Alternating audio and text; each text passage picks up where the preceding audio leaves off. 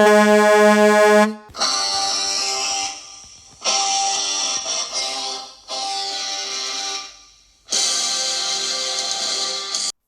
it going, everybody? This is the Nitty Gritty. My name is Chad. With me is Leonard, and this is a show about wrestling.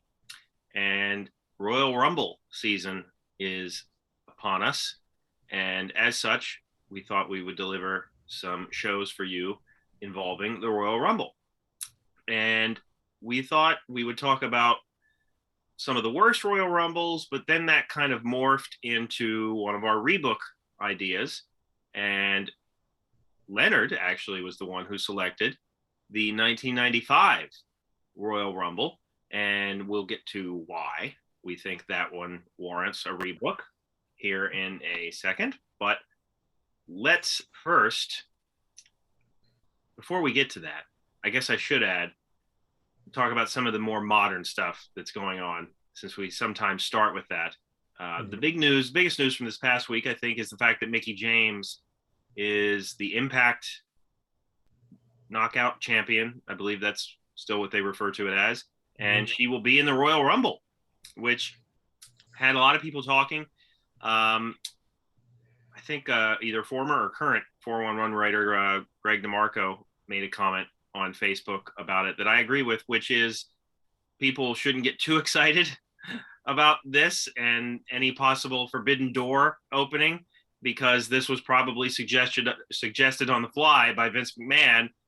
And then when he was told she was at Impact, he was probably like, whatever, do it anyway, which I can totally see. Leonard, I don't know if you feel the same way or not, but.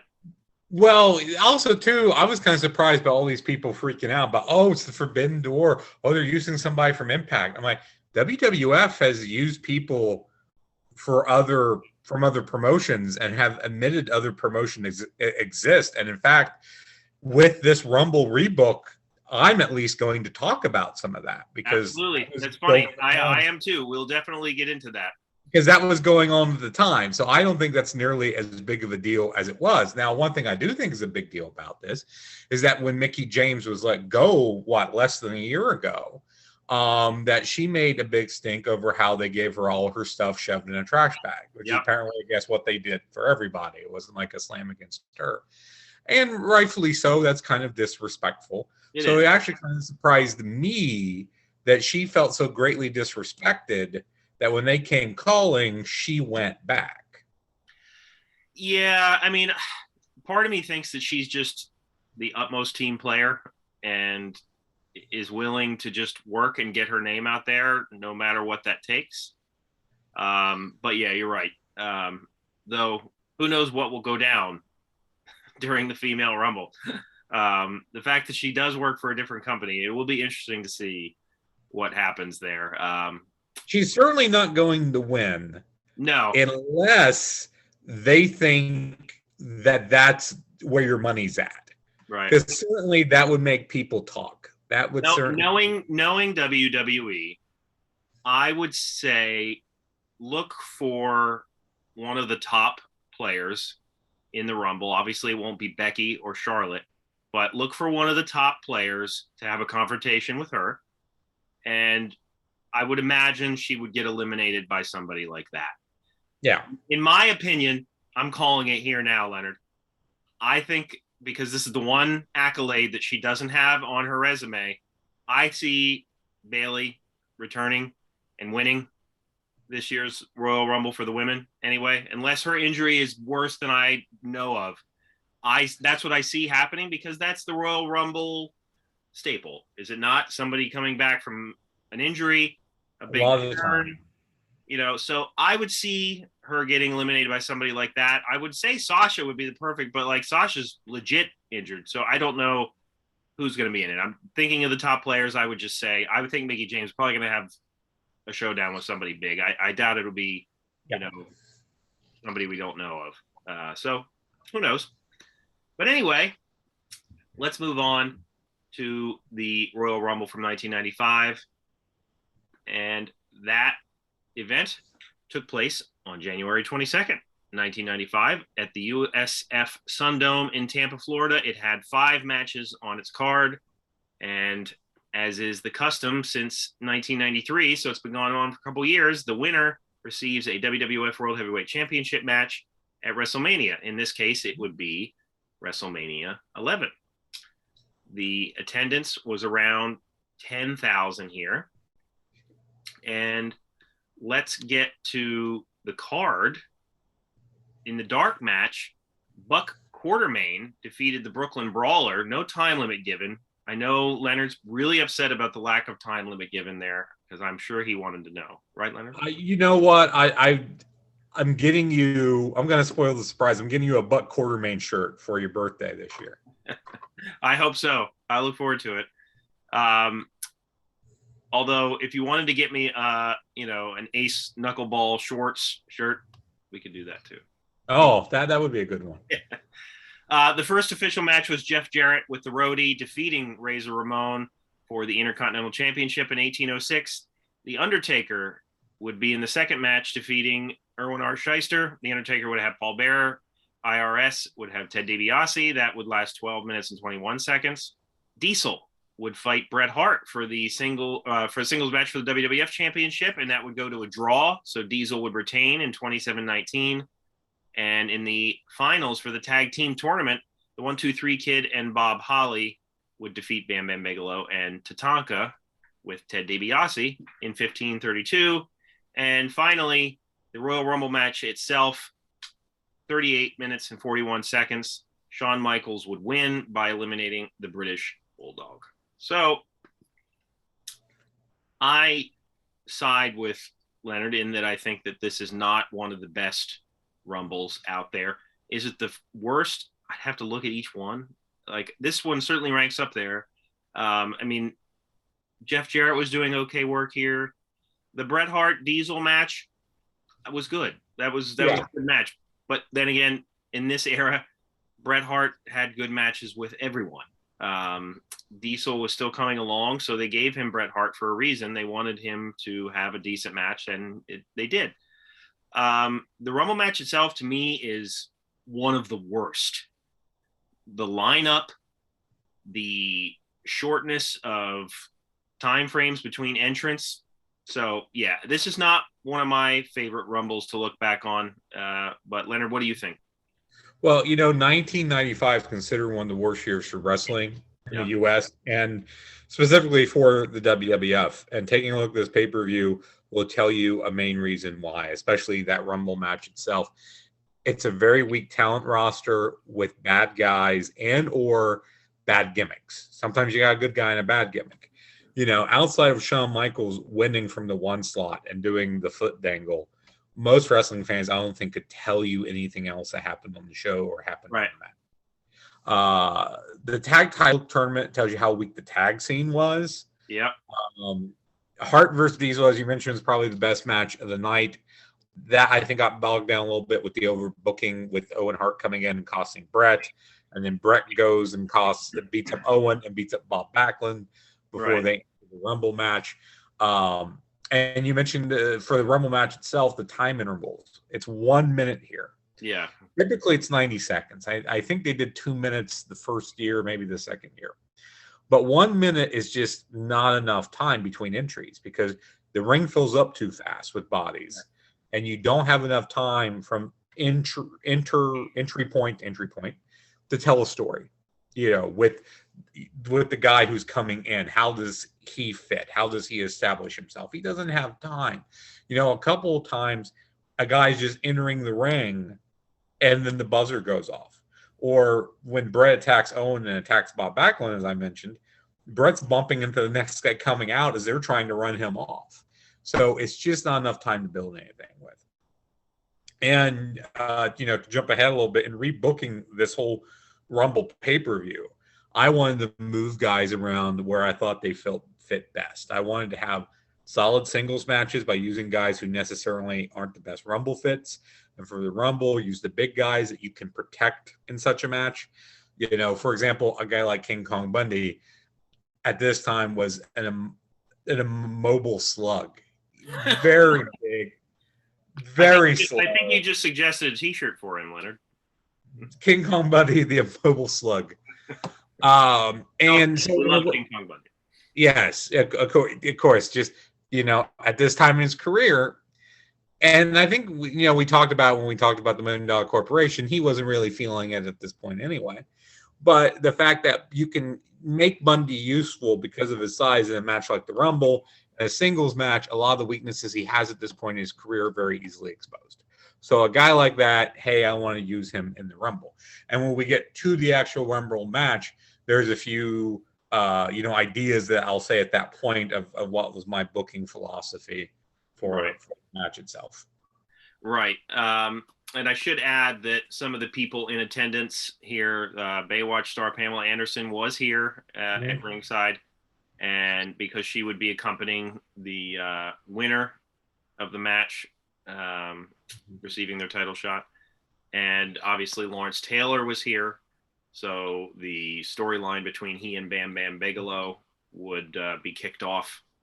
And as I said, the attendance was 10,000 fans, which is about the capacity for the Sun Dome at the time. But the figure was down from the previous year, which was about 14,500. Mm-hmm. And as Leonard said, 95 was not a good year. I wasn't watching at this point. I really wasn't. I don't believe I was either. Maybe catching a few things here and there, but I don't think I was actively following it. Do you want to read the Rumble roster, like who was in the match? Do you have that there? Yeah, absolutely. Let's. I can do that if you want. Yeah, run that down so people just hear the names. Yes, absolutely. Yeah, so everybody can have an idea of who we were dealing with. So, number 1, Shawn Michaels. Number 2, the British Bulldog. Number 3, Eli Blue. Number 4, Duke Drose. Number 5, Jimmy Del Rey. Number 6, Shone. Now, that's the Barbarian. Am I saying it right? I think it was Sion is how they said it, but it doesn't. It's the Barbarian. It doesn't matter. 7, Tom Pritchard. 8, Doink the Clown. 9, Quang. 10, Rick Martel. 11, Owen Hart. 12, Timothy Well. 13, Bushwhacker Luke. 14, Jacob Blue. 15, King Kong Bundy. 16, Mo. 17, Mabel. 18, Bushwhacker Butch. 19, Lex Luger. 20, our favorite, Mantar. 21, Aldo Montoya. 22, Henry O. Godwin. 23, Billy Gunn. 24, Bart Gunn. 25, Bob Backlund. 26, Stephen Dunn. 27, Dick Murdoch. 28, Adam Bomb. 29, Fatu. And 30 was Crush. And most of those guys would be gone or have a gimmick change by the next year. Right. Exactly. And of course, Dick Murdoch sticks out like a sore thumb. I'm sure there's so bad. I'm sure there's a story as to how Dick Murdoch was in the match. But there he was. Right. And they didn't really say anything about it. It's just like Dick Murdoch came out, and Jerry Lawler and Vince McMahon and commentary was like, "Hey, it's Dick Murdoch." Like Dick Murdoch had always been there. Yeah, like he was always just kind of hanging around. Like, yeah, the fans know who this is. Yeah, and I actually watched the match with my wife, and it was one of those things like as a guy came out, she was like, "Okay, that's got to be like the weirdest guy or the worst guy." I'm like, "Wait." Yeah. And then the next part would come out, and she's like, "Oh, well, that's got to be the dumbest thing in here." I'm like, "No, wait." Well, and as we talked about, this is a rebook. So Leonard and I have talked, and including the Rumble match, we both have 6 matches, which doesn't happen often, but we are equal in that. So, Leonard, because I introduced the Rumble, why don't you start us off with talking about your card and your first match? All right. So, first of all, for the Royal Rumble match, I'm going back to 90 seconds because I think that's important to note. That's going to be 90-second intervals. And also, too, and this goes back to what we were talking about with Mickie James, was not the first time WWF has worked with other companies or have acknowledged the existence of other companies. In fact, at this time, they had acknowledged the existence and were working with both Jerry Lawler's USWA out of Memphis and Jim Cornette's Smoky Mountain Wrestling. So my idea is that Jim Cornette and Jerry Lawler will both be on commentary with Vince McMahon. And it is mentioned that because of that working relationship, that both companies will have entrants in the Royal Rumble. And it's possible that a Smoky Mountain wrestler or a USWA wrestler could go on to WrestleMania and wrestle for the title, which of course is totally upsets Vince McMahon, that concept. But that is a way where this Rumble can get some added star power and some uniqueness, and for it to have a storyline. I like it. My first match is going to be Lex Luger versus Crush, with the winner not only advancing to the Rumble match, but entering at number 30. So I've done this stip in the fantasy feds that I've booked, that I've talked about. When I've done a Rumble show, it's a way you can credibly use a guy twice. You're giving some extra juice to an undercard match. Luger and Crush match up well on paper. Sure, that won't be a great match, but I think it would be serviceable, especially if you keep it short, maybe under 10 minutes. You could also get a feud coming out of that to go through WrestleMania between the two of them. It's a story you can tell. Luger was the co-winner the year before with Bret Hart. Bret Hart won the title at WrestleMania 10. Luger didn't. So it's kind of a road to redemption story. This is Luger's only way back to a title shot. So given that's the story I want to tell, Luger would win here and advance to the Rumble. All right. I like the idea of making that a stipulation. I think that's a good idea. So my idea for this Rumble, like I said, kind of morphed from, where we were talking about. So I should add that in the Rumble match itself, Leonard and I agreed that we would use any free agent or any person not working for WCW at the time, because there's no way that WWF would have had a relationship with WCW. So we opened it up a little bit to anybody that was out there. And I do have one cheat, but we'll get there. Okay. So my idea for this was to kind of subtitle it, and this is probably going to be obvious since I just got done watching Wrestle Kingdom 16, but a WWF versus Japan approach. Oh, okay. So we'll get to that because it does involve my first match, but that's kind of the subtitle. And I agree with you with the 90-second intervals with the Rumble match. That's certainly going to be in place as well. So my first match, I reworked the order a little bit. I'm going to start off with the tag team tournament final.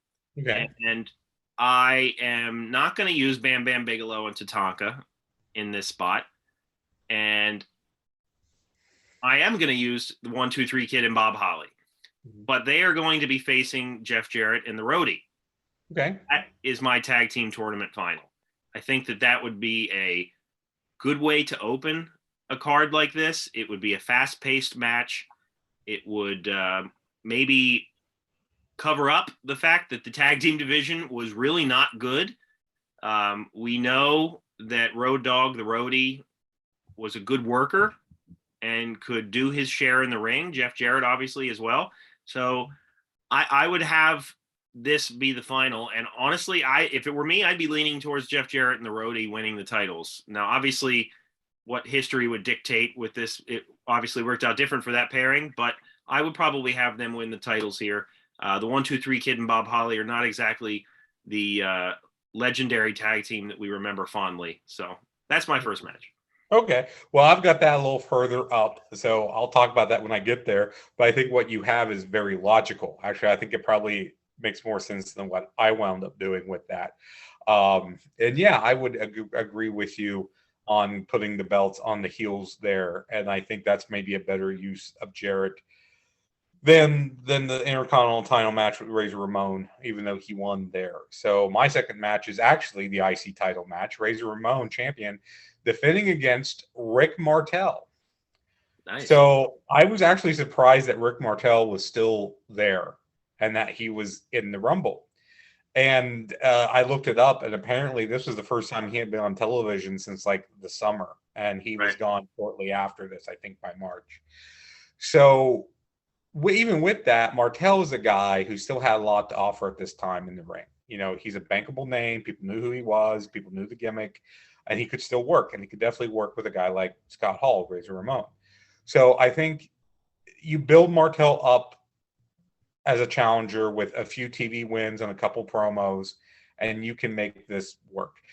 Oftentimes, the Rumble, especially in the first several years, a lot of these matches to me felt like filler matches. It's like, well, we got to put so many guys in the match, so we're going to just kind of plug and play the title matches because they don't really mean a whole lot. So, but I think that, again, kind of what I said, my goal with the singles matches, or I should say the preliminary matches, is to just have good matches. And Ramon and Martel can definitely have a good match. And of course, I would have Ramon retain. All right.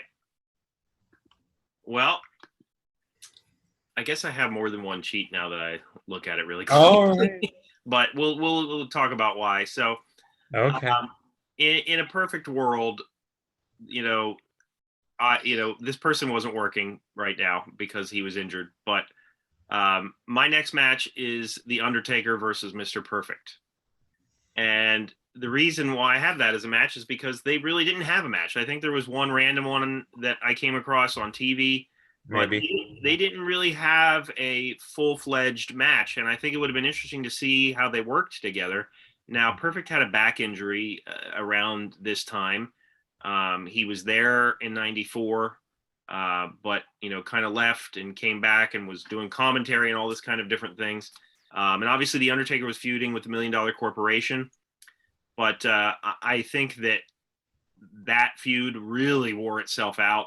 Mm-hmm. So I think it would have been great to see an Undertaker Mr. Perfect match here, because I think that it could have been really interesting to see how they worked together. So, yeah, I didn't use Perfect because he wasn't active at the time. I certainly don't, fault you for using him there. And I never really thought about an Undertaker Perfect matchup, but I like the idea of it. I think those guys could have had a really good match together. I think Hennig would have sold great for UT. I think UT would have enjoyed working with Hennig in that way. So yeah, I really like the idea. And again, I just didn't think of doing anything with Hennig because he wasn't technically active. My next match is the tournament final. So I also kept Bob Holly and the 1-2-3 Kid, but their opponents, and this may be a cheat. You may consider this a cheat. Owen Hart and Jim the Anvil Neidhart, or I believe the New Foundation as they were being called at the time. Right. Now, as mentioned earlier, this tournament showed how weak the tag division was. And I think the $1 Million Corporation guys could be used better elsewhere. So again, trying to just get a good match. These guys match up well. They're good tag wrestlers. Now here's the cheap part. Neidhart was fired for some no-shows right before this. And that's why in the first round of the tournament, he and Owen would actually lose to the Head Shrinkers. And apparently Jim was already gone by the time that match had aired. Of course, Neidhart would wind up coming back to the company. And in my world, they just smoothed things over with Jim. They went, they talked to him, they figured it out, and they kept him. And apparently the original idea was for Owen and Jim to win the belts here. So again, from what I was reading, research I was doing. So I would say, let's get it back on track, and I would put the belts on the New Foundation.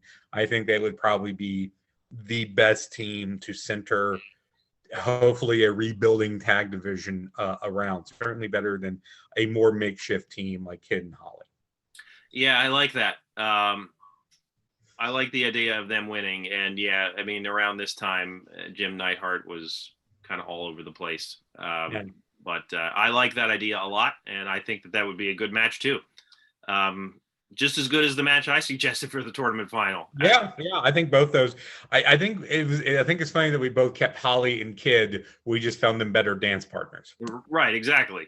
Yeah. So my next match is a women's title match. So Alundra Blaze was the female talent here, and she requested to have some people from Japan come and work with her.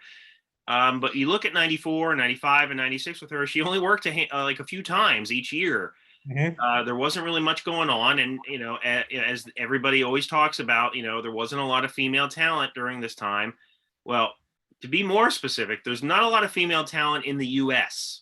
at this time. There was female talent in Japan, which is why she brought over who she did. Now, Aja Kong, Bull Nakano, legendary Japanese female names. But Alundra Blaze did not have a match with the icon of Japanese wrestling, which was Manami Toyota, who has had a lot of 5-star matches back then and was the name in female Japanese wrestling. So that is my idea. Have Alundra Blaze versus Manami Toyota.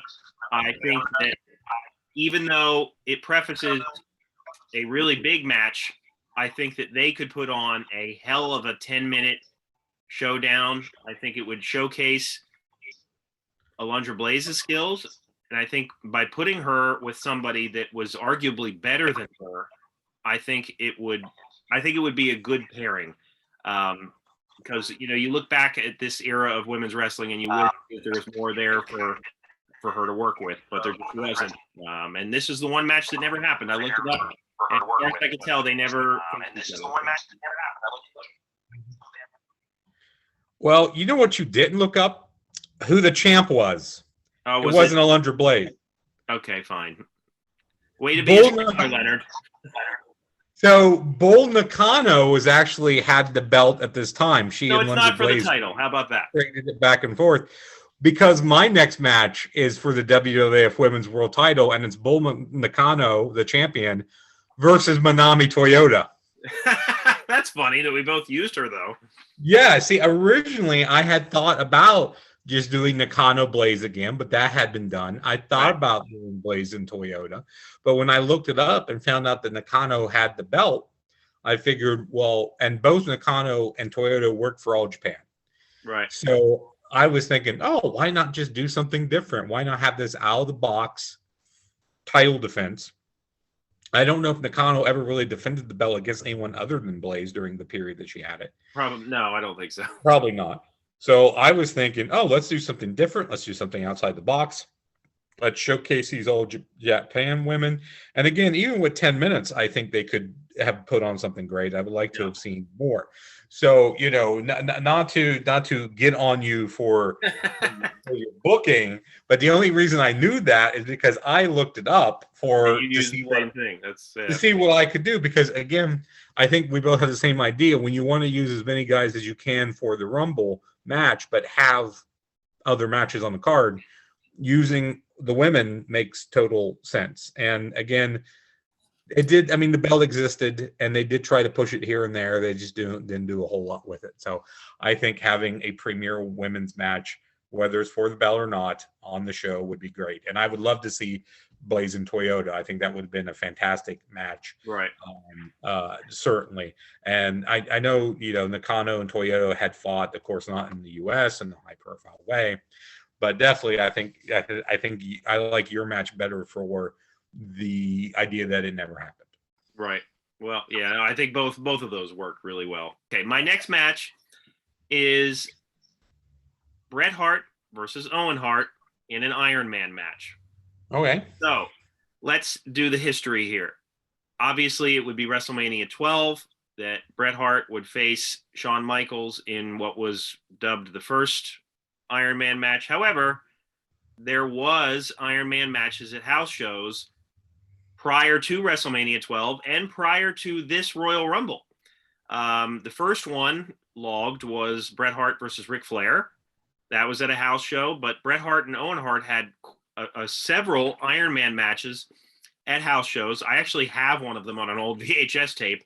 The camera work is not good. Somebody that clearly had a few, but it is out there, and the Ric Flair one is out there too on YouTube as well. So they were testing it out, obviously, around this time. But I think it makes sense here because the Owen Hart, Bret Hart feud was still going on. Bret Hart had just lost the title to Bob Backlund, and that Owen Hart was involved there. So this was still going on. And keep in mind that Bret Hart and Owen Hart faced each other at SummerSlam in the cage match. And there was never really a rubber match. And when I was thinking about that, I actually looked it up. And technically, they did have a straightforward match on WWF Action Zone. Which was a show which was right after SummerSlam. And they even talk about it. It was supposed to be the last time that Owen Hart had a chance at the WWF title. So they had that match, which has probably not been seen by anybody. But again, that is on YouTube. And like I said, they would face each other in various matches after this, Owen Hart and Bret Hart. There would be a no-holds-barred match on Raw. So the feud was ongoing, and I think this would be a great way to close it out. It's a match that they had tested on a house show, and you have them do this Iron Man match. Obviously, this makes the show longer. Oh, well. I think it's logical here. It's not for a title, so you don't have to worry about that being a stipulation. It's just brother versus brother. Who is better? And I think it would be great. Like I said, I've seen the house show one. It was very good. I think Bret won it 3-2, but there you have it. Yeah. While that would make the card, longer because the Rumble match is so long, the fact that it's a very different style match, I think works. I love the idea of it, especially after they had done the cage match at SummerSlam. Where else do you go? Right. And I think introducing a new type of stipulation and being one that really plays to the strength of both guys. They're both technical wrestlers, great at getting pins, great getting submissions, know a bunch of different pins, a bunch of different submissions, and the way that they work together, their chemistry, this would be a very excellent match. It'd be a fantastic bout. So my next match is for the WWF World Heavyweight title, and is Diesel, the champion, versus Tatanka with Ted DiBiase. Diesel, as champ, had run-ins with the $1 Million Corporation. They were the top heel stable at the time. So one of DiBiase's guys getting the title shot here, especially as I mentioned before, with the idea that sometimes the Rumble, you weren't getting the premier feud or the premier matchup. It was kind of a plug-in guy. Tatanka to me made the most sense because I wanted Bigelow and Bundy in the Rumble. I thought that would fit better for them. Tatanka is the most mobile guy. He's got a good power game. Not a great match, I admit that, but I think it's passable here, and that's all I really want. The title kind of has to be defended, and I don't want to waste any name value like Bret Hart on the match. So I think the fact that you've got the $1 Million Corporation trying to run the WWF, that's a easy storyline to plug in here. I like that. I think it would be, probably not a technical classic, but it would be interesting to see Tatanka in a main event slot like that. It would have been cool to see what they did with him. Mm-hmm. My title match is Diesel versus Razor Ramon. So it is a title versus title showdown. And here's why this makes sense. Razor Ramon beat Diesel at SummerSlam for the IC title. So that match happened. And that's why I think it makes sense here. Now it's the Clique. They're working together. So they're going to be for it backstage. All right. Yeah. So I think the fact that Razor Ramon has a legitimate, agenda, like, hey, I beat you, I should get the first shot. Now, obviously, in reality, they gave it to Bret Hart, and that was a good match, and Bret had lost to Backlund and all that. That made sense too, but in my lineup, I wanted to see Bret and Owen again. So I think a Razor Ramon versus Diesel match would work. I think it would make Diesel look really strong if he gets both belts and then just immediately relinquishes the IC strap. You could do something there. So yeah, I think that this would be a decent match, not a 5-star classic, but an easy 3.25 star. Yeah. And I like the idea of the title versus title because there's a reason for it. Ramon says, hey, I beat you before for this belt and I'll put it up against the one you got now. That makes total sense. I could totally see him doing that. Again, they do work well together. I think you do get a passable match and it's got a stip that would interest people. I think people would say, oh, well, that's unique. I don't know if they had done, Hogan Warrior. No, yeah. Hogan Warrior wasn't title for title. It was. It was? Okay. Yeah, the Warrior was holding up both titles at the time. Yeah. Okay. I was thinking that the Warrior won the world title and then just vacated the He did. That did happen. Yes. Okay. Not that if Hogan would have won, would Hogan got the IC belt? Yes, but Bruce Pritchard laughed about that. He's like, we're not going to have Hogan win and have him be the IC champ. So, it was title for title. Okay. Title for title, but yeah. Okay. As a side note there. So next up, I've my Rumble match. So what we talked about is I'm just going to go through my whole match. Then Chad's going to do his. I'm going to say who I've got coming in where. I've got a few notes. I don't have it mapped out who eliminates who and when. That's just way too we're gonna deep. have to stop the show, and because I know. No, if we each had each elimination log, that would mean we needed a hobby. Other than We had now. way too much time in our hands, which we do now anyway. So anyway, again, keep in mind, I want to do the USWA SMW angle. So a lot of those guys, basically, I cut most of the dead weight. Like the Blue Twin, Mantar, Quang, Aldo Montoya, those guys are all gone. So 1 and 2, I'm starting off same way, Shawn Michaels and British Bulldog Davey Boy Smith. The story they told here was good. After the Bret Diesel match, it's the best thing of the night, is the story they tell. They enter 1 and 2, and they finish at the end. First time that had been done, and I think they told a great story throughout. I still want them to tell that story just with new trappings around them. Number 3, I got Wildfire Tommy Rich. Rich was working for USWA and SMW at the time, so crossover talent there. Really establishes from the get-go, hey, here's why we're doing this, here's who the guys are that we're using, etc. Former NWA world champion, well-known in the South. So I think Rich is a good first guy for all of those reasons to get over the idea of what we're doing here. And I don't think Rich ever worked for the WWF. So again, a good, nice to have a very notable name from, say, the 20 years prior to 95, getting in here and getting at least one WWF cameo, as it were. And feel free to interject on anything as I go through and on any of the guys. Number 4, Duke the Dumpster Drozy. I'm keeping that because I love Duke the Dumpster. Oh, Leonard.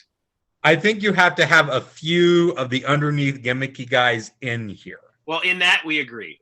Okay. So I used Duke because I love Duke. So there you go. 5, I got Billy Gunn. 6, Jimmy Del Rey. 7, Bart Gunn. 8, Dr. Tom Pritchard. So again, the Smoking Guns and the Heavenly Bodies come in kind of one after the other, doing this to kind of get a feud going, to kind of jumpstart our tag division. The Guns and the Bodies could definitely work well, I think, together. So I would probably have them maybe wind up eliminating each other. So that's why I kind of got that staggered here and do that early on, so you can tell a little mini story with them before we get too far in. Number 9, I have the Dirty White Boy, Tony Anthony, one of the top guys in Smoky Mountain Wrestling for Jim Cornette. We're going to see a lot of guys here who would actually go on to work for the WWF. Dirty White Boy became T.L. Hopper in the very next year in 1996. So I would be using him in the gimmick he was using in Smoky Mountain at the time. Number 10, Doink the Clown, just because you got to keep Doink in there. Number 11, I got Superstar Bill Dundee. Memphis legend, never worked for WWF. You know, longtime Jerry Lawler buddy. Got him in here just to have him in here. Number 12, I got Jeff Jarrett. Again, kind of cherry picking some of the talent that was used yet elsewhere in the original card, getting them in here. Number 13, I got Unabomb. This is Kane. He just entered Smoky Mountain Wrestling as Unabomb in January. Like, he just debuted for Smoky Mountain. So I could see Cornette wanting to get his new monster heel some TV time and bringing him in. And so this is Kane before he was Isaac Yankem or anything. That would have changed the course of history if they had gotten a look at how get Kane this early. Yes, yeah. So a very early look at Unabomb, aka Kane. Number 14, Erwin R. Shyster. You know, Rotundo's just a good hand to have around. 15, I have Bret the Hitman Hart. To me, Bret has more value being in the Rumble match than the match with Diesel. Again, I like the thing that you do with Owen, but I wanted name value. I wanted name stars. And it got to the point where I was loading up with so much Smoky Mountain USWA guys that WWF looked really weak. So I needed Bret here. Yeah. And I think having him come in dead in the middle is a good spot for him. 16, I got King Kong Bundy. 17, I've got Terry Funk. Now, Terry Funk is probably one free agent guy that I have. He wasn't with SMW or USWA at the time. He was working Japan dates and for ECW off and on. Right. But he was the kind of the first name I thought of. Okay, who's the highest profile free agent that I could bring in? And I went, oh, I could probably get Terry Funk, and he fits. And, you know, he was with WWF just 10 years before that. He had the feud with Flair 5 years before that in the NWA, 5 to 6. He's a known name. He was still working at the time. So I just like the idea of bringing Terry Funk in here. 18, I've got Bob Backlund. 19, Mabel. Big, immobile, don't like him. But this match is a good use for him because he's a monster guy. He's a spectacle. Good use. 20, I've got Psycho Sid. Now, we're about a month out from Sid's actual debut as Psycho Sid and working as a bodyguard for Shawn Michaels heading into WrestleMania. So I'm just moving up the timeline a little bit because Sid had been working in the USWA and was actually involved in their title picture there. So I would have him as a USWA entry, but I would have him maybe working with Shawn Michaels a little bit, like taking guys off of Shawn, protecting Shawn a little, have the announcers mention that. And that kind of sets up him actually becoming the bodyguard instead of just showing up on TV one day. Right. 21, I got Ricky Morton. 22, Robert Gibson. Worked in Smoky Mountain and USWA both. Have been in WWF about a year before that when they were doing the Smoky Mountain angle where they were the champs defending the belts. Fans know them. Usually you have a tag team that comes in back to back like it was the Guns in the original one. I'm just using the Rock and Roll Express in that slot. 23, I got Tracy Smothers. Another one of Cornette's top guys in Smoky Mountain. He would be in the WWF about a year later as Freddie Joe Floyd. 24, I got Primetime Brian Lee, another top Smoky Mountain guy, and he was the Underfaker just the year before, which leads us to number 25, The Undertaker. So this is a little Easter egg for people who knew that Brian Lee was the Underfaker. So UT would come in, go after Lee immediately, and quickly eliminate him. UT is also probably going to wipe out a lot of the dead weight that might be in here at this point. 26, I got Buddy Landell, another Smoky Mountain top guy. I had a spot I needed to fill. I picked Buddy Landell. 27, I got Bam Bam Bigelow. I think by having him come in late, you can maybe have him appear to be another potential winner. And also the best chance that the $1 Million Corporation would have to get that WrestleMania title shot. 28, I have Boo Bradley. This was Balls Mahoney. This is the character he had in Smoky Mountain. He would be in the WWF at the end of the year of 95 as Santa Claus. So just jumping ahead and using him here. 29, I've got Jerry Lawler. I played this off as Lawler being surprised. Like he jumps right into the ring from the commentary position. Is probably eliminated in short order and then go back to the commentary position. This is something they would actually do years later. But I'm using the idea here now. And then number 30, of course, Lex Luger, because he won that match earlier in the night to get the number 30 spot. So not to go over all the eliminations and everything, but my final four would be Bret Hart, Undertaker, Shawn Michaels, and Davey Boy Smith. Those are probably your four biggest WWF names in the match. So you can do something with Hart and Undertaker to set up a potential WrestleMania match between them. Maybe they eliminate each other. Maybe they're working together and then Bret turns on Taker, something like that. But you can get something between them. And because I still wanted to tell that story of Hart and Smith starting and ending. So they're my final two. And to be honest, I really didn't love the Shawn Michaels dangling the foot. Because up to that point, it was always you get thrown out of the match and you hit the floor. And then all of a sudden here, it's both feet touch the floor. That becomes a new wrinkle with this. And ever since that point, that has always become a technical thing. You have to go over the top rope, both feet touch the floor. Because you had guys going through the middle, going under the bottom rope. 1 foot touching. You have all the crazy stuff Kofi Kingston does every year, and Right. it kind of got old, and it kind of started here. So I might just have Sean win straight out. Maybe he gets a low blow or an eye gouge, which would be, of course, legal in the match because you can't get disqualified from the Rumble. But have him toss out, but still have Shawn Michaels win. So I still get the same end result because I think it's the best end result. But how I get there is a lot different. You put together something I think really is interesting. I think today people are looking at go, man, that was such a weird Rumble, all those different names in there. And, Right. and two, it would help, especially the fact that WWF was already helping Smoky Mountain and USWA, but doing this in this way helps them out so much more and get so much more exposure to those promotions. Because I think at this point, I think Vince McMahon understood the importance of competition, of having, or at least having a feeder league out there, having, as you could tell from this, they poached guys from Smoky Mountain USWA over the course of the next year or so. So I think they understood, oh, we got rid of everybody. We've got nowhere to send guys or to train guys or anything to at least, give us a bit of a challenge in a market here or there. So that's why I want to do what I did there. So there you go. That's my Rumble. Quite different from the one we got. I like the idea of using other promotions to help out, and I obviously did that as well, which we'll get to. I think that your Rumble sounds good. We both have kind of the same idea as far as how it starts and how it ends. And in listening to you talk about the Undertaker being in it, I am going to change my card right here and now. Oh no. I'm going to take away the Undertaker perfect match because knowing that he was injured, as much as I would love to have seen that match, I'm going to take away that match and I am going to put the Undertaker in the Rumble.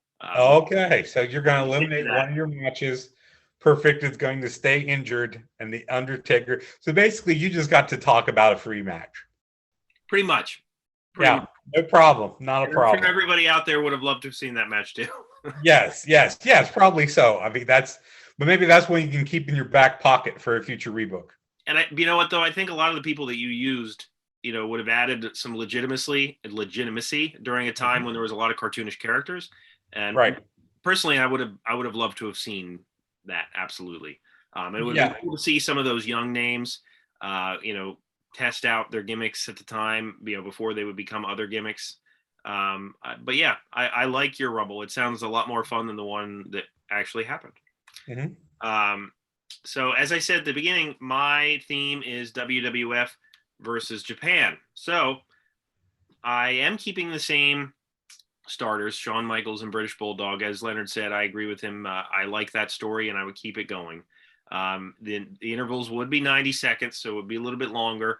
Number 3, I kept Eli Blue in there. I wanted to get rid of them, but I just didn't have. There wasn't enough names that I felt like using here. I didn't want to use too many names. Again, the Blue Twins work for the Rumble because they're big guys. Right. They have a unique visual with the hair and the beard. So to have them come in just as a pop, as, oh, look at that dude, and then get them eliminated, fine. Right. And we should add that Leonard and I, since we're both using other promotions, in '97, the Rumble would feature quite a few stars from AAA, Lucha Libre, famously Mil Mascaras, who jumped off the top rope outside. But so this is not a foreign concept, no pun intended. Like, this is something they would do. So number 4 is Mitsuhara Misawa, who is a Japanese legend and sadly has passed away, but has had so many championships, too numerous to mention, worked for All Japan at the time, and he is in replacement of Duke Drosei. Sorry. If I know who they are in Japan, that means that they're a legend. So I know who Misawa is. Right. And I think that would be really cool to have him here. Yep. And number 5, Jimmy Del Rey. Number 6, Sione, whatever the hell the Barbarian is. I would change it back to the Barbarian. Just call him the Barbarian. Call him the Barbarian. Number 7, Tom Pritchard. Number 8, Doink. Number 9, Quang. Number 10, Rick Martel. Number 11, Owen Hart. And number 12, after Owen Hart, in replacing Timothy Well, I would have Kenta Kobashi come in.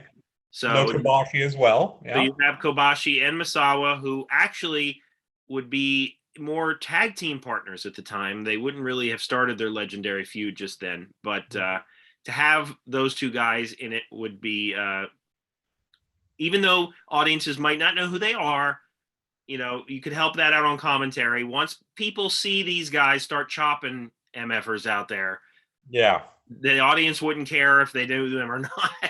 They could get themselves over. I'm thinking, though, who would you put on commentary? Because Vince and Jerry Lawler aren't going to be able to get these guys over. They don't know enough. You need like Mike Tenay. You need like your specialist. You need like Mike Tenay. Yeah, no, that's true.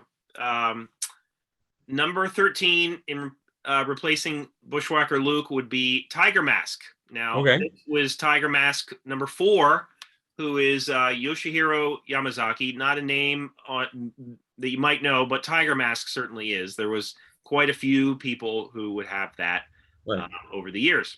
So, and I think that's a gimmick that people, even if they didn't know, would respond to it. Like he comes out with the cape and the mask, people go, "Oh, who the hell's that?" Like, and then once they saw some of the stuff he would do in the ring, that would all take care of itself. I kind of like the idea of Tiger Mask and Doink working together.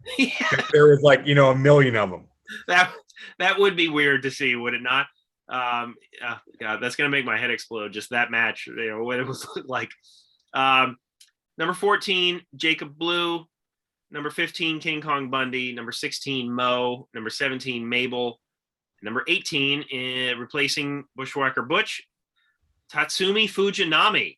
Okay. So he is still doing his thing over in Japan. He is not a young person, but he is still wrestling. And back then, he was obviously more in his prime. So again, another legendary Japanese name. And then right after him, you could have these two kind of confront each other. Lex Luger at number 19. Number 20, replacing Mantar, one of our favorites here on the show. Sorry, Mantar.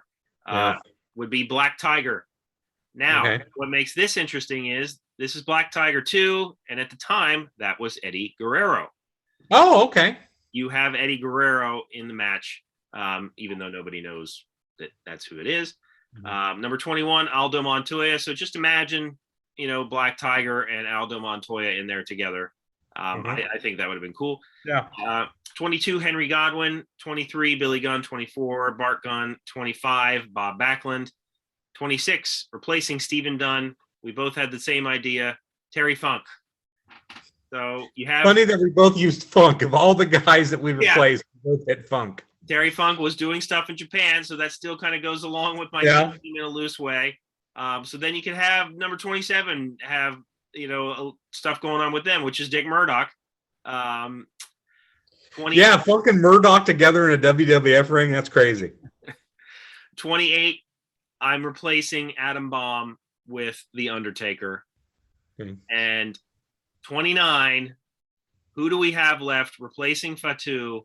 Antonio Inoki strides out to the ring.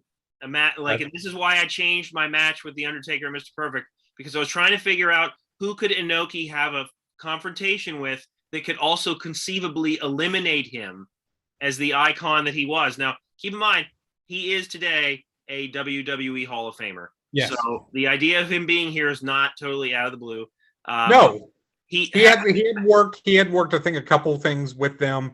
Right. Then he had a match with Gorilla Monsoon. Wasn't that a thing? Yes, that makes sense. Wow. Yes, that rings a bell. Absolutely. So imagine him and The Undertaker having a confrontation. I think that would be really interesting to see, even though one's a very gimmicky character and the other one isn't. And then 30, I would keep Crush as 30. So it's conceivable that Inoki would not lose any of his popularity or anything if you have The Undertaker and potentially Crush helping to get him out of the ring.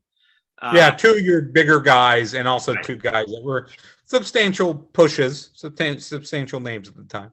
Right. So I would have obviously Shawn Michaels and British Bulldog be in the final two. And, if I'm really thinking about it, I might have Backlund and maybe Tatsumi Fujinami be in there with the final four. I could see some of the other guys getting eliminated earlier.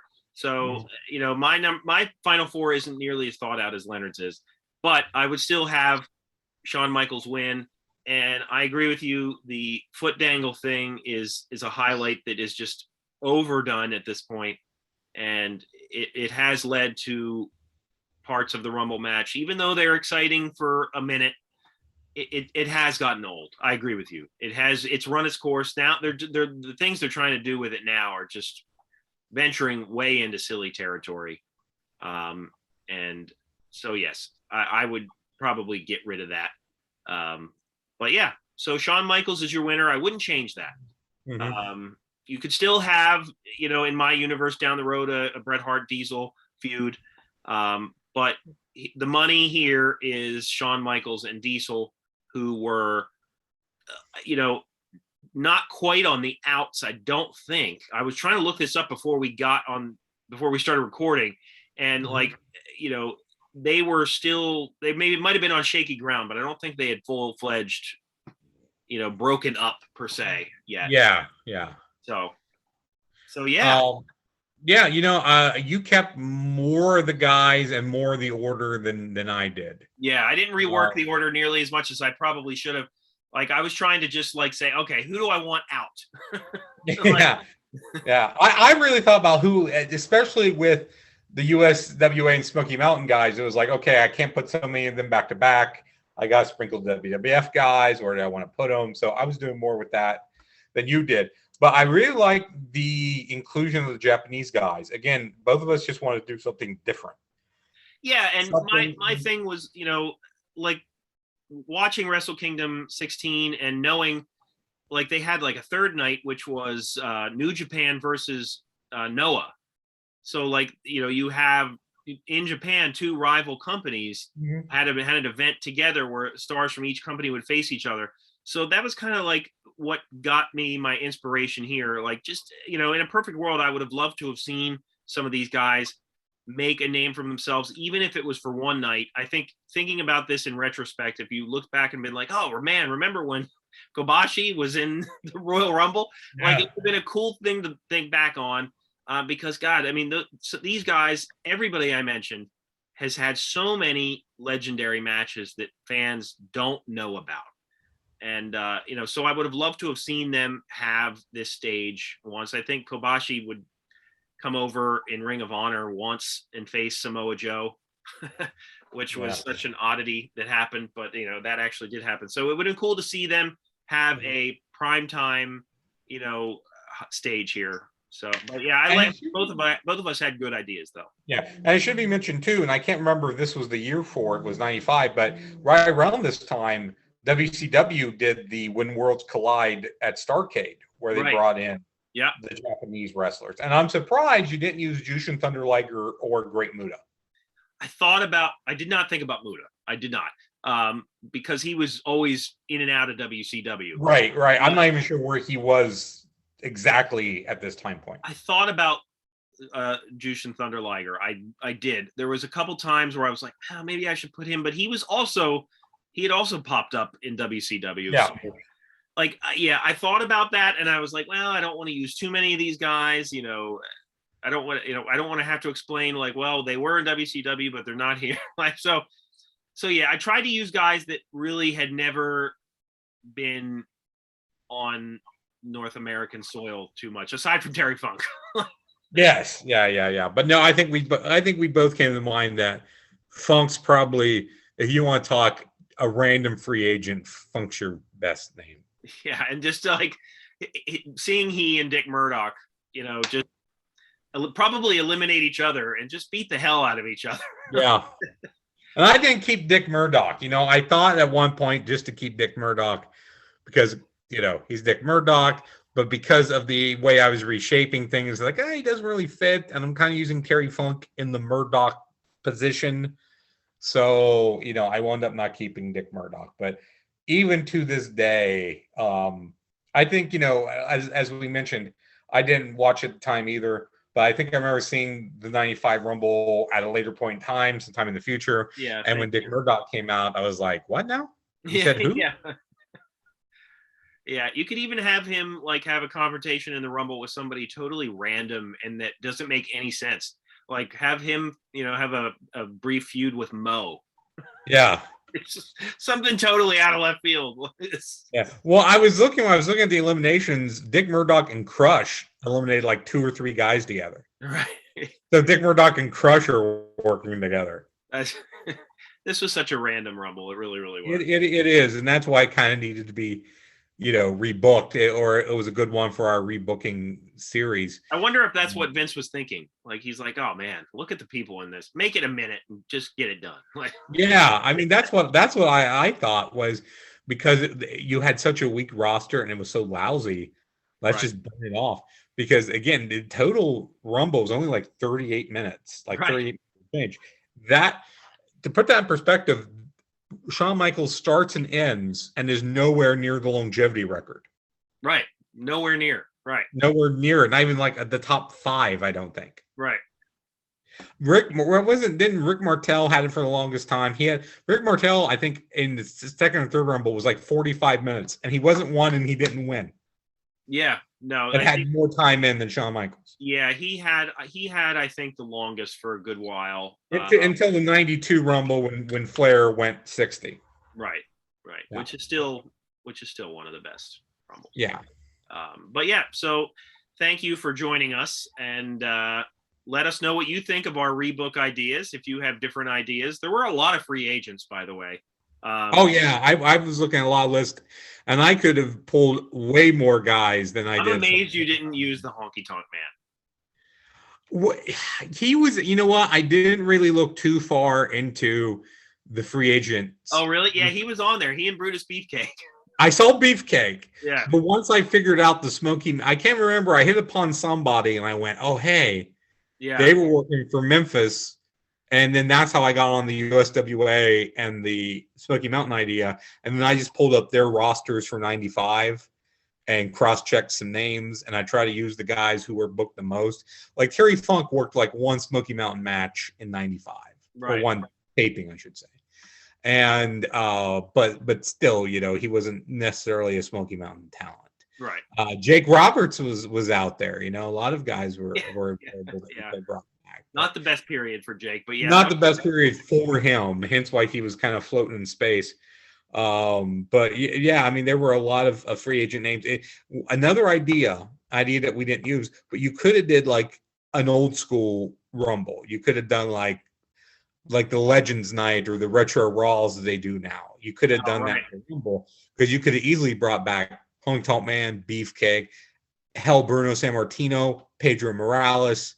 I mean, they would have gone really crazy. Absolutely. Iron Sheik. There were a lot of guys from the late 70s that you could have brought in. Luthez. Luthez, why he was 75? Who cares? Waldo Von Erich.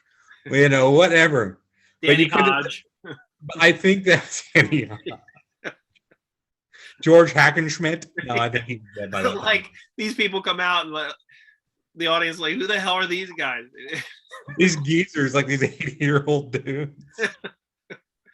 One name I thought of and I forgot to look was Dusty Rhodes, because I can't remember because he bounced in and out of WCW there for a while.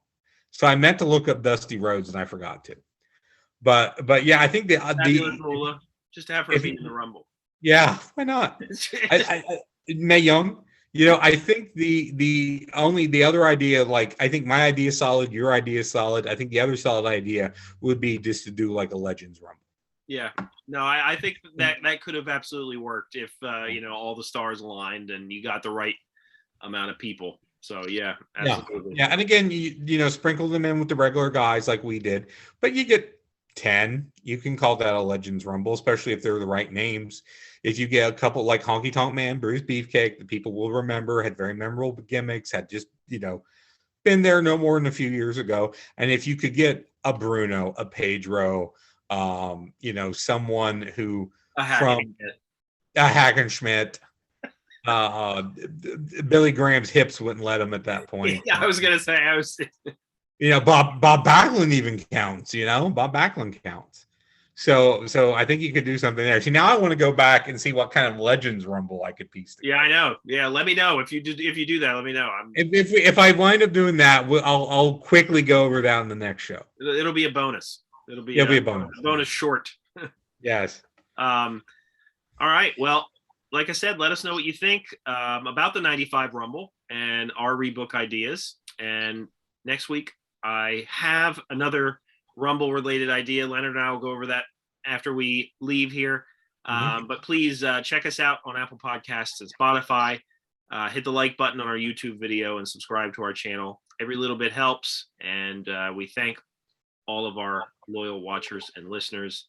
So thank you very much. And Alexa, we'll see you.